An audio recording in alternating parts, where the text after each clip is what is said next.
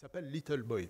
Je ne sais pas si vous l'avez vu, c'est l'histoire d'un enfant du nom de Pepper qui est maltraité, moqué à cause de sa petite taille. Son seul ami, finalement, c'est son père. Et la joie qu'il avait à être avec son père, elle s'efface le jour où son père est incorporé dans les rangs, si tu veux bien te remettre, voilà, dans les rangs de l'armée de l'US Navy, et juste à l'entrée de la Seconde Guerre mondiale. Son père est finalement porté disparu, et Pepper voudrait le faire revenir par tous les moyens. Et alors qu'il assiste à un sermon, il entend ce verset si connu, « Si vous aviez la foi comme un grain de moutarde, vous diriez à cette montagne, ôte-toi de là et va te jeter dans la mer, et elle vous écouterait. » Alors, il va chercher un grain de moutarde, et il demande comment faire pour faire revenir son père. Et le prêtre lui donne donc une liste de choses à faire pour avoir la foi. Alors, visiter les pauvres, vêtir ceux qui sont nus, ensevelir les morts, etc. Il y a toute une liste de sept actions. Mais il lui dit qu'il n'aura jamais la foi tant qu'il aura de la haine dans son cœur. Il rajoute donc à la liste faire du bien à Hashimoto. Cet homme qui était détesté dans ce village parce qu'il était japonais. À l'époque, c'était l'ennemi, il représentait l'ennemi et tout le monde se moquait de lui. Et Pepper le détestait aussi. Et donc, Pepper coche toutes les cases de la liste, puis il tente de cocher la case « faire du bien à Hashimoto ». À contre-cœur au départ, et puis petit à petit, à son contact, il apprend à l'apprécier et à l'aimer. Et puis, il apprend aussi à résister à ceux qui se moquent de lui, grâce à Hashimoto. Finalement, Pepper apprend que son père a été tué en essayant de fuir d'un camp de prisonniers, et il est inconsolable. Sa foi n'a pas sauvé son père. Il doit donc cocher la case « ensevelir les morts ». Mais le corps de son père est resté aux Philippines. Donc il dépose tout de même, une stèle est faite et une cérémonie est faite aux États-Unis, il dépose tout de même la liste sur la pierre tombale dressée dans le cimetière du village et il dit « Tiens, c'est pour toi que je l'ai fait ». Alors, je ne vous ai pas dit la fin, et vous irez le regarder si vous ne le connaissez pas. Pepper fit preuve de beaucoup de zèle et d'imagination pour cocher toutes les cases. Toute sa vie était motivée par ce seul désir de revoir son père. Et pourtant, aux yeux de tous, cela n'a servi à rien. La liste que Pepper a pris soin de suivre n'a servi à rien. Le Seigneur Jésus nous a lui aussi laissé une liste, non de choses à faire, mais de caractéristiques des citoyens du royaume de Dieu. Avec cette promesse, heureux ceux qui sont ainsi. Ils verront Dieu. Aux yeux du monde qui nous entoure, le style de vie que Jésus propose ne sert à rien. Mais alors pourquoi continuer sur ce chemin? Et là, je vous propose d'entamer cette série par le Sermon sur la montagne et plus particulièrement par les béatitudes. Après cette longue introduction, Jésus, voyant les foules, Matthieu 5, versets 1 à 16. Voyant les foules, il monta sur une colline, il s'assit, ses disciples se rassemblèrent autour de lui et il se mit à les enseigner et il leur dit « Heureux ceux qui se reconnaissent spirituellement pauvres, car le royaume des cieux leur appartient. Heureux ceux qui pleurent, car Dieu les consolera. Heureux ceux qui sont humbles, car Dieu leur donnera la terre en héritage. Heureux ceux qui ont faim et soif de justice, car ils seront rassasiés. Heureux ceux qui témoignent de la bonté, car Dieu sera bon pour eux. Heureux ceux dont le cœur est pur, car ils verront Dieu. Heureux ceux qui répandent autour de la paix, car Dieu les reconnaîtra pour ses fils. Heureux ceux qui sont opprimés pour la justice, car le royaume des cieux leur appartient. Heureux serez-vous quand les hommes vous insulteront et vous persécuteront, lorsqu'ils répandront toutes sortes de calomnies sur votre compte à cause de moi. Oui, réjouissez-vous alors et soyez heureux, car une magnifique récompense vous attend dans les cieux. Car vous serez ainsi comme les prophètes d'autrefois, eux aussi, ont été persécutés avant vous de la même manière. Vous êtes le sel de la terre. Si ce sel perd sa saveur, avec quoi le salera-t-on ? Ce sel ne vaut plus rien, il est bon qu'à être jeté dehors et piétiné. Vous êtes la lumière du monde. Une ville au sommet d'une colline n'échappe pas au regard. Il en est de même d'une lampe. Si on l'allume, ce n'est pas pour la mettre sous une mesure à grains. Au contraire, on la fixe sur un pied de lampe pour qu'elle éclaire tous ceux qui sont dans la maison. C'est ainsi que votre lumière doit briller devant tous les hommes pour qu'ils voient le bien que vous faites et qu'ils en attribuent la gloire au Père Céleste. Jusque-là, la parole de Dieu.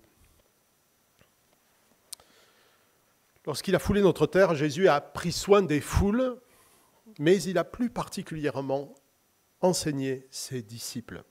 Et il les a prévenus de ce que seraient les citoyens d'un royaume inversé. Et c'est ce que nous aimerions laisser dans cette série. C'est un royaume inversé que le Seigneur nous propose, auquel notre monde s'oppose de toutes ses forces et dans tous les domaines. Jésus les a avertis des difficultés sur la route, mais aussi de la joie qu'il y a à marcher sur ce chemin. Les raisons d'être heureux ne se trouveront pas dans les circonstances de nos vies, des vies de ces citoyens, mais dans le fait qu'ils sont disciples et témoins du royaume qui désormais est le leur et règne dans leur cœur. Ils verront Dieu, voilà la promesse qui est la nôtre et que nous devons saisir. C'est la promesse de Jésus, mais qui sont ceux qui héritent le royaume ? Alors permettez-moi de parcourir un petit peu ces différentes... Parce que dans nos versions, nous avons peut-être parfois quelques différences. Tout d'abord, ceux qui se considèrent comme spirituellement pauvres. Pour moi, c'est le point de départ, et ce n'est pas pour rien que c'est au départ. La richesse, vous savez, elle a pour ce principal écueil de nous donner la fausse illusion que nous pouvons satisfaire nos besoins nous-mêmes et que l'on peut se passer de la grâce de Dieu. Mais la pauvreté ici évoquée est spirituelle. Et très souvent dans l'Ancien Testament, la pauvreté est associée à la pauvreté spirituelle, à l'humilité, quelque part. Ésaïe 66, verset 2, « Voici sur qui je porterai un regard favorable, sur celui qui est humilié, celui qui a l'esprit abattu, et sur celui qui tremble à ma parole. » Donald Carson, je crois un Québécois, ou en tout cas, il a sévi là-bas, mais bon. Donald Carson, être spirituellement pauvre, dit-il, c'est reconnaître sa banqueroute spirituelle, confesser qu'on ne vaut rien devant Dieu et qu'on est entièrement dépendant de lui. Oui, c'est un Canadien, pardon, pas un Québécois. La différence. Le royaume des cieux n'est pas accordé sur la base de la race, des mérites, du zèle, de la richesse. Il est donné aux pauvres, aux publicains, méprisés, aux prostituées, à ceux qui sont si pauvres, qui savent et qui ne peuvent rien offrir et n'essaient même pas. Ils implorent la miséricorde et eux seuls sont entendus. Tout doit commencer par la confession que par soi-même on ne peut rien accomplir. Se reconnaître spirituellement pauvre, ce n'est pas penser sans cesse du mal de soi-même, ce serait de l'apitoiement sur soi, mais ce n'est pas non plus le contraire, qui serait de l'orgueil et qui est défini par ce verset qui m'a tellement frappé en cette fin d'année 2023. Psaume 36, verset 3. Celui-ci se considère d'un œil trop flatteur pour reconnaître sa faute et la détester. Que personne ici ne soit de cela. L'humilité biblique est une juste appréciation de soi. Se reconnaître tel que nous sommes vraiment. Ceux qui pleurent, ce ne sont pas tant ceux qui passent par le deuil, même si ce n'est pas exclu, mais le contexte évoque plutôt ceux qui pleurent à cause de leur obéissance au Seigneur. Jésus était venu à apporter une bonne nouvelle aux pauvres, et il est venu panser ceux qui ont le cœur brisé et qui, à cause du royaume, sont rejetés, moqués, stigmatisés, trahis.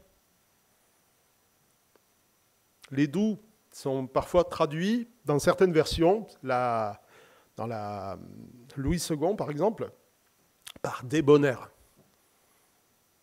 Alors, j'ai regardé la définition de débonnaire parce que ça ne fait pas partie de mon langage courant, mais ça désigne des personnes douces à l'extrême, voire faibles et qui paraissent avoir peu de caractère. On se dit parfois d'un homme que l'on mène par le bout du nez. C'est quelqu'un en tout cas qui est dominé par quelqu'un. Un disciple est quelqu'un, oui, de dominé, de soumis à un maître. Il a appris à se soumettre à l'enseignement de Christ et il est donc enseignable. Il est malléable. Ce n'est pas un mot qui colle au caractère que l'on recherche. Quelqu'un de malléable. Moi, on m'a posé la question un jour dans mon parcours spirituel, est-ce que tu es malléable ? Malléable. Est-ce que tu peux être transformé ? Est-ce que tu acceptes que tu as besoin d'être changé ? Les doux reconnaissent que leurs pensées ne sont pas celles du Seigneur, que leur intelligence spirituelle a besoin d'être renouvelée. C'est tout le contraire du libre penseur, de celui qui ne veut pas de gourou, qui veut penser par lui-même. Il a juste sa Bible et ça suffit. Ceux qui ont faim et soif de justice, ça ne désigne pas seulement les défenseurs de la justice sociale, même si ce n'est pas exclu et que c'est très présent dans la Bible, mais jamais Paul n'a crié à l'injustice quand il était emprisonné. J'aurais dû peut-être commencer par Jésus. A-t-il crié à l'injustice face à ceux qui l'accusaient ? Il a fermé la bouche. Il n'a pas ouvert la bouche. Parce qu'il avait en vue des choses plus grandes et plus précieuses. Je pourrais dire aussi que Paul n'a pas cherché à dire la lettre à Philémon de libérer son esclave de l'esclavage, mais il l'a invité à l'aimer comme un frère, ce qui change tout. Il y avait beaucoup d'esclaves dans les églises des débuts. Mais ici, cette soif de justice désire de tout son cœur une vie juste devant Dieu, avant de la désirer chez les autres. Elle regarde tous les angles morts de notre obéissance, et en particulier dans les domaines de la pensée et du cœur. Et j'y reviendrai la prochaine fois, dimanche prochain. Parce que souvent, ça c'est un angle mort de notre obéissance, les pensées. Ce chemin-là nous affligera aussi des injustices que nous pourrons rencontrer dans et en dehors de l'Église. Et il n'est pas exclu que nous soyons opprimés à cause de cette soif. Ceux qui ont le cœur pur, c'est un cœur plutôt sans partage, dont les paroles sont conformes aux actes et qui adoptent un même comportement devant et derrière le rideau de leur vie. Ceux qui répandent de la paix sont tellement rares dans notre société qui devient de plus en plus violente et l'actualité nous le rappelle chaque jour. Les miséricordieux, ils manifestent de la bonté, ils sont prompts à pardonner celui qui reconnaît sa faute et revient à Dieu. Pensez au Père plein d'amour de la parabole du Fils prodigue. Voilà les qualités de ceux qui verront Dieu, qui entreront en possession du royaume. Alors cochez les cases et vous verrez Dieu. Mais sachez aussi que vous allez souffrir. Un peu paradoxal quand Jésus dit « heureux ». Vous allez souffrir parce que c'est une promesse de Jésus lui-même. On voit dans le verset 11 « Heureux serez-vous quand les hommes vous insulteront, vous persécuteront, lorsqu'ils répandront toutes sortes de calomnies sur votre compte à cause de moi. » Les héritiers marchent alors sur le chemin étroit, car dans ce monde, il n'y a que peu de place pour ceux qui reconnaissent leur défaite, leurs erreurs, leur besoin d'être changés. On clame plutôt que la repentance est une forme de haine de soi. Il n'y a pas de place pour les doux et ceux qui pleurent, mais seulement pour la performance et l'arrogance. Il n'y a pas de place pour... Excusez-moi, ma tablette encore me fait des siennes.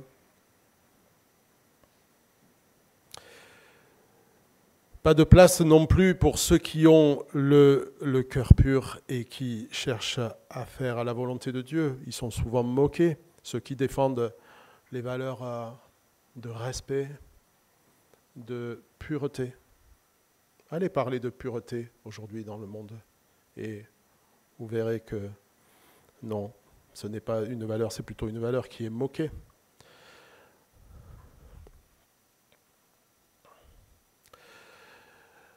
Quant à ceux qui ont faim et soif de justice, d'une vie juste et qui honorent Dieu, elles font doucement rire et sont taxées de rétrogrades, même dans les églises. Cette soif d'une vie juste n'est pas toujours au rendez-vous. Regardons la vérité en face. Pourtant, ce sont ces personnes qui recevront la promesse du royaume. Mais avec cette promesse vient une autre. Il y aura des souffrances. Et il est possible aussi que vous rencontriez une autre sorte une autre réalité, une autre forme de souffrance. Celle de s'apercevoir qu'en fait, vous ne cochez pas les cases. Je ne coche pas les cases. Personne ne les coche. Les dispositions de cœur dont parle Jésus ici font défaut dans notre vie. Elles apparaissent ça et là, mais elles ne nous sont pas naturelles. Et elles sont imparfaitement accomplies. Et ce n'est pas étonnant, car en réalité, ces qualités, ces attitudes sont celles de notre Seigneur Jésus-Christ. Et c'est sans doute pour cela qu'il disait que son royaume n'est pas de ce monde. Il s'est indigné, il a pleuré devant la mort, comme nous l'avons entendu aujourd'hui, et il s'est indigné de l'incrédulité. Son cœur était sans partage, sa soif de justice. Quand ce passage dit « Le zèle pour ta maison me dévore », est-ce que le zèle pour la maison de Dieu dévore notre être ? Et tout cela l'a mis dans des situations délicates. Il a été persécuté pour la justice, plus que personne ne l'a jamais été. Il représente le modèle de celui qui va hériter le royaume de Dieu. Une sœur expérimentée dans le ministère que je cherche ici, mais qui n'est pas là aujourd'hui, m'a dit récemment et à plusieurs reprises, plus nous voulons suivre le Seigneur, et plus il y a de difficultés. Et je découvre combien c'est vrai. Mais il n'y a pas de raccourci, car c'est le chemin, par le chemin étroit, que l'on entre dans le royaume de Dieu. Il sera parfois un chemin de souffrance, parfois de remise en question, parfois de repentance, un chemin sur lequel suivre Christ pourra nous paraître injuste, parce que parfois, on n'en récolte pas une attitude qui suscite l'approbation, au contraire. La tentation de devenir cynique ou de s'aigrir contre ceux qui ne suivent pas ce chemin, elle sera toujours présente. Mais c'est par ce chemin qu'il faudra passer, parce que le disciple n'est pas plus grand que le maître. Et c'est sur ce chemin que Christ doit être formé en nous. Nous ne sommes pas sauvés par la perfection de notre vie de disciple, nous le sommes par grâce. Mais la persévérance à suivre ce chemin démontre comment nous recevons le salut. Le discours, parfois appelé des béatitudes, est un chemin de douleur, mais c'est le chemin, sur ce chemin, que l'on expérimente les promesses heureuses de Jésus-Christ. Quelles raisons peuvent nous encourager à marcher sur ce chemin ? La première, c'est que les difficultés rencontrées sont une preuve que nous marchons bien sur le bon chemin, celui du royaume. Car vous serez ainsi comme les prophètes d'autrefois. Ils ont été eux aussi persécutés avant vous de la même manière. Remarquez que Jésus ne parle pas d'une persécution qui commencerait à partir du moment où vous seriez roué de coups, mais il commence par les insultes et les calomnies. Ça commence déjà là. Et on pourrait rajouter les brimades ou les moqueries. Nous ne devons pas chercher la persécution, mais nous ne devrions pas tout faire pour l'éviter. Non plus. Les souffrances pour les choix de suivre le Seigneur ne doivent pas être une cause de découragement. Mais au contraire, si vous avez part à cela, elles sont la preuve que vous marchez bien sur le chemin, le bon chemin, celui qui est inscrit ici, celui de la nuée de témoins qui nous ont précédés. La seconde raison d'être heureux, c'est que Dieu est fidèle et il accomplira ses promesses. Une récompense vous attend dans les cieux. Alors je me suis fait plaisir en mettant bout à bout toutes ces promesses, parce qu'elles sont entrecoupées à chaque fois de « heureux ceux qui ». Le royaume des cieux leur appartient. Dieu les consolera. Dieu leur donnera la terre en héritage. Alors on peut imaginer que c'est la nouvelle terre, hein, bien entendu. Ils seront rassasiés. Dieu sera bon pour eux. Ils verront Dieu et Dieu les reconnaîtra pour ses fils. Une magnifique récompense vous attend dans les cieux. Seule la foi éprouvée peut se réjouir d'avance de ces raisons que le Seigneur nous donne. Jésus lui-même, en tant qu'homme, s'il a pu se réjouir, l'Épître aux Hébreux nous dit que c'est parce qu'il avait en vue la joie parfaite qui lui était réservée.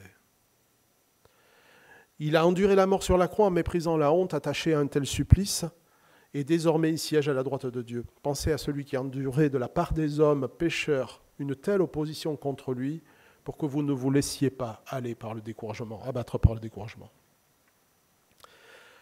La plupart de ces promesses pointent vers l'avenir. La joie que nous promet le Seigneur est une joie à expérimenter aussi dans le présent. Jésus ne nous laisse pas seuls avec ses promesses. C'était le thème du 24 décembre. Hein. Il ne nous a pas laissés seuls. Il nous donne son Esprit Saint. Et le propre du disciple, c'est de se réjouir par l'Esprit Saint.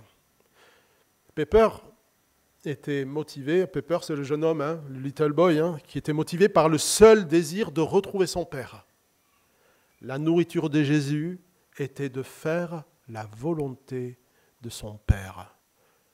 Donc cette troisième étape des réjouissances, elle se découvre dans l'obéissance à la volonté du Père, en faisant ce que le Seigneur veut que nous fassions dans nos vies, en entrant dans les œuvres qu'il a prévues d'avance.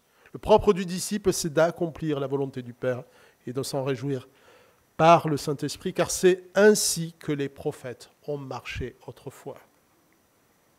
Pensez au ministère d'un Nathan, pas celui qu'on a ici, celui qu'il y a dans 1 Samuel. Lorsqu'il a condamné David, lorsqu'il a révélé le péché de David, il mettait sa vie en jeu. C'est au roi qu'il s'adressait, mais il l'a fait. Jean-Baptiste, quand il a dit à Hérode, il ne t'est pas permis d'avoir cette femme pour femme.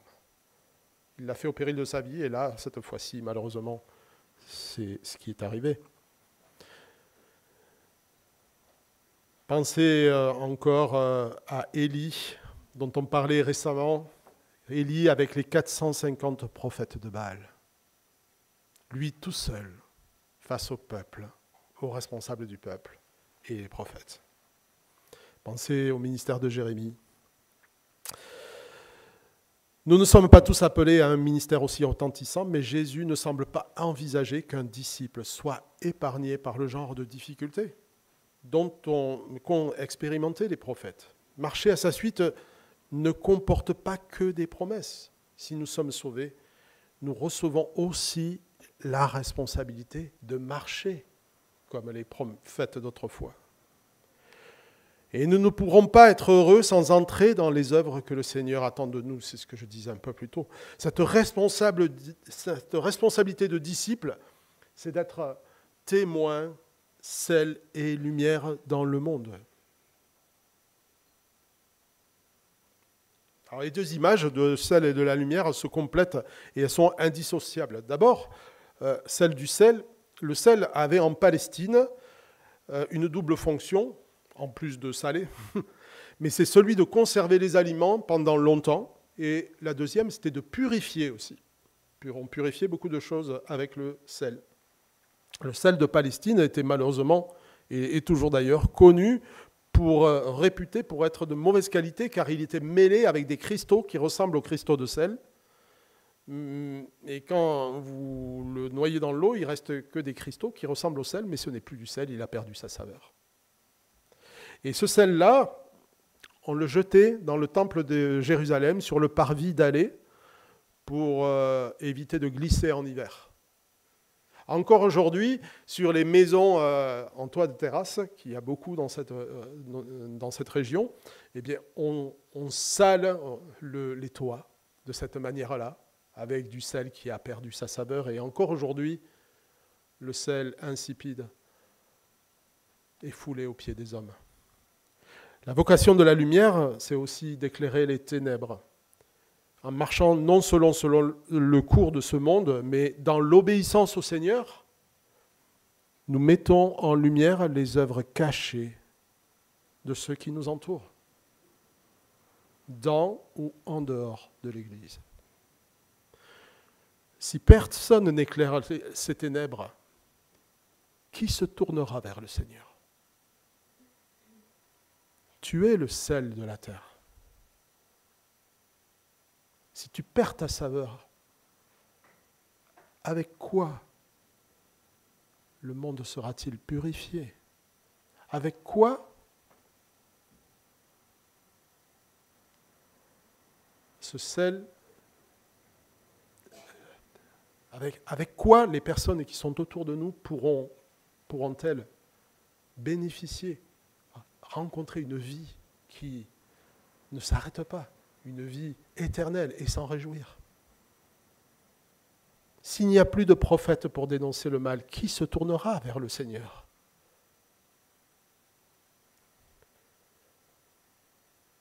Ce témoignage vaudra des insultes, des calomnies, mais cela vaut la peine, car le sel que tu apporteras procurera une abondance de vie à ceux qui écouteront.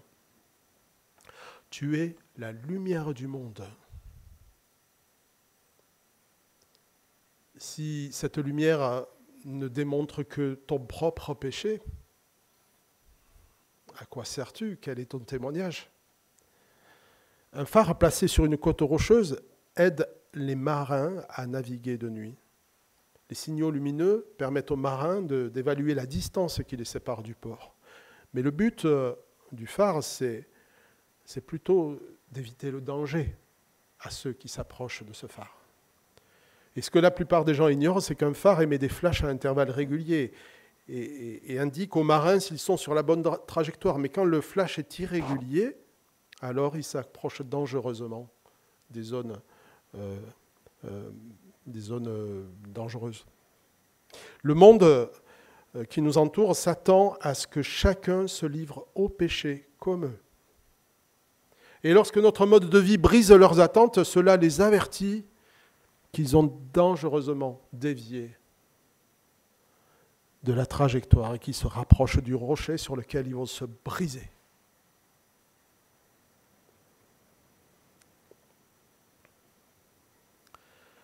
Cela vaudra aussi des moqueries, des insultes, des calomnies, mais c'est ainsi que doit briller notre lumière afin d'en sauver quelques-uns. Et c'est en marchant de la sorte que le Seigneur nous mettra en haut de la colline. Alors pour revenir à Little Boy, je ne vous ai pas dit du tout, mais regardez le film et vous verrez la fin. Il y a plein de réflexions intéressantes, en particulier sur comment on présente l'Évangile. Mais pour connaître la fin, je vous invite à voir ce film, et il vous arrachera quelques larmes, comme il l'a fait pour Valérie et moi-même. Mais c'est vrai que nous n'avons pas de liste à suivre ou à cocher les cases pour obtenir la foi, ou plus spécifiquement pour obtenir la vie éternelle. Mais nous avons une liste qui définit la vie du disciple et qui définit le modèle qui est en Jésus-Christ. Nous devons renoncer à cocher toutes ces cases par nos propres efforts. Et pourtant, il nous faut marcher sur ce chemin que Christ a tracé afin que Christ soit formé en nous. Et je veux terminer sur cette dernière vocation. En tant que chrétiens, nous ne pouvons pas être lumière du monde si Jésus n'est pas formé en nous. C'est lui la lumière du monde. Ah non, ce n'est pas dans ce verset, pardon. Il est le chemin. C'est lui la lumière du monde. Nous ne pouvons pas être lumière sans que Christ soit formé en nous. Notre témoignage n'a que peu de poids si le Saint-Esprit ne confirme ce que nous faisons dans nos vies. Le Saint-Esprit est le témoin qui va convaincre les cœurs. Ce n'est pas nous. Il est le témoin. Mais il ne le sera que dans la mesure où Christ, et il le sera d'autant plus que Christ sera formé en nous. Alors il n'y a pas d'autre chemin. Et c'est avec cette promesse que nous recevons aussi celle d'être heureux. Parce que la joie de Jésus, c'était de faire la volonté de son Père. Et lorsqu'elle grandit en nous, lorsqu'elle est formée en nous, alors tout est possible. Tout est possible à celui qui crie à Dieu avec des mains vides. Et tout est possible à celui qui se considère spirituellement pauvre. Amen.